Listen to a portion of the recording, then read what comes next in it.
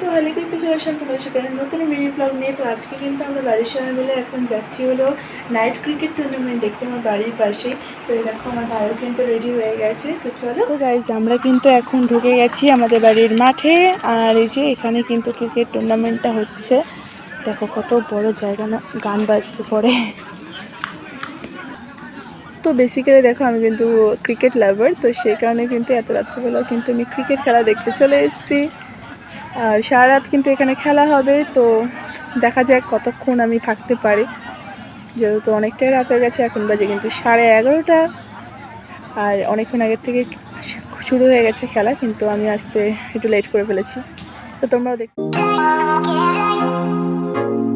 আমার কিন্তু প্রচণ্ড পরিমাণে ঘুম পাচ্ছে, সেই কারণে কিন্তু আমি আর খেলা দেখতে পারবো না মনে হচ্ছে। তো এখন আমি বাড়ি যাব, আর এখন বাজে 1টা, অনেক